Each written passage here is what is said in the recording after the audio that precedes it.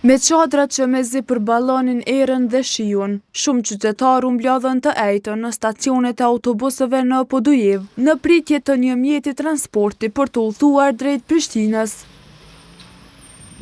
Greva shoqatës së transportit të Podujevës e nisur një ditë më parë, i detyroi qytetarët të gjenin alternativa të ndryshme. Udhtojmë për çdo ditë, shkojmë punë, po autobusat ata që janë në greve dhe kështu që për toksat janë shumë shtrejt. Problem për një është shumë, si shpesha edhe vetë, me shi, me burna do të me pritë, që të derisa të vjeti dikush me na marrë. Transportuesit e komunës së Podujevës janë futur në grevë, pasi u është ndaluar të futen brenda qytetit të Prishtinës. Për këtë, ata kanë qëndruar gjatë natës, e po ashtu edhe gjatë ditës së ejte, me autobuset e parkuar para objektit të komunës së Prishtinës, në shenjë proteste. Donë u gjobetën nga policia, thanë se greva do të vazhdoj.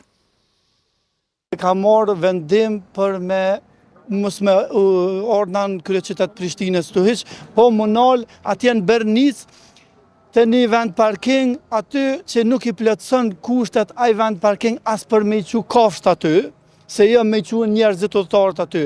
Na jena të lype komune Prishtinës veç që na takën me ligj, që na licencu pe Ministrisë Transportit ku i kena stacionet të rënë, kjo kundërshtim me ligjin që ka bo komuna e Prishtinës nuk pajto me tak. Nga komuna e Prishtinës u shprehën se vendimi synon të lehtësoj qarkullimin brenda qytetit dhe se nuk do të ndryshoj. Është një mision jashtëzakonisht shumë i vështirë, me shtliru janë gjatësia e rrugëve në Prishtinë, në zonës urbane është vetëm 80 kilometra, nuk është gjatësi që mjafton për krejt këto vetura që hynë.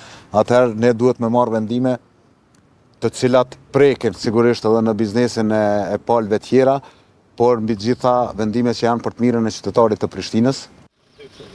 Transportuesit nga Podujeva reaguan edhe 2 herë të tjera këtë vit, ndaj vendimit të komunës së Prishtinës. Në janar, ata protestuan për shtrirjen e trafikut urban në disa fshatra të Podujevës.